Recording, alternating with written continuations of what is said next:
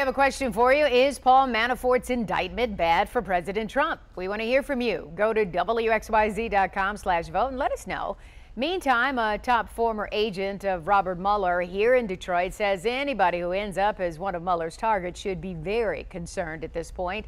7 investigator Jim Kirchner taking us behind the investigation tonight. And Jim joins us live now from Detroit. So, Jim, what have you learned?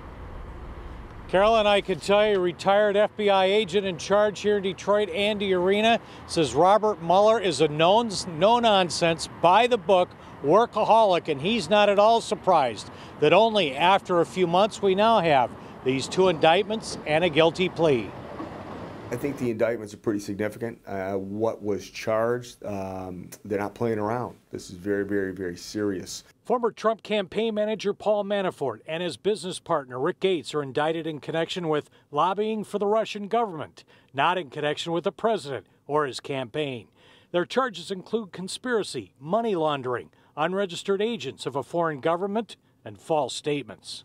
It shows me that there is no cooperation, that some of the charges that he actually lied to the FBI. So, I think they're putting some very serious pressure on these individuals to kind of get their mind right. The other surprise today is with this man, George Papadopoulos, a former policy advisor to the Trump campaign, pleading guilty to lying to investigators about meetings last year with a Russian agent who promised dirt on Hillary Clinton. It's obvious what they're trying to do. They're trying to work this up the chain. I think one individual already pleading, that's very significant. That shows me that there's probably some cooperation already ongoing.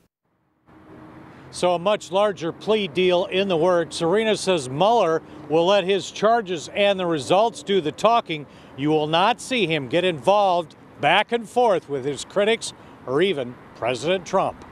Live in Detroit, Jim Kirchner, 7 Action News. All right, thank you so much, Jim.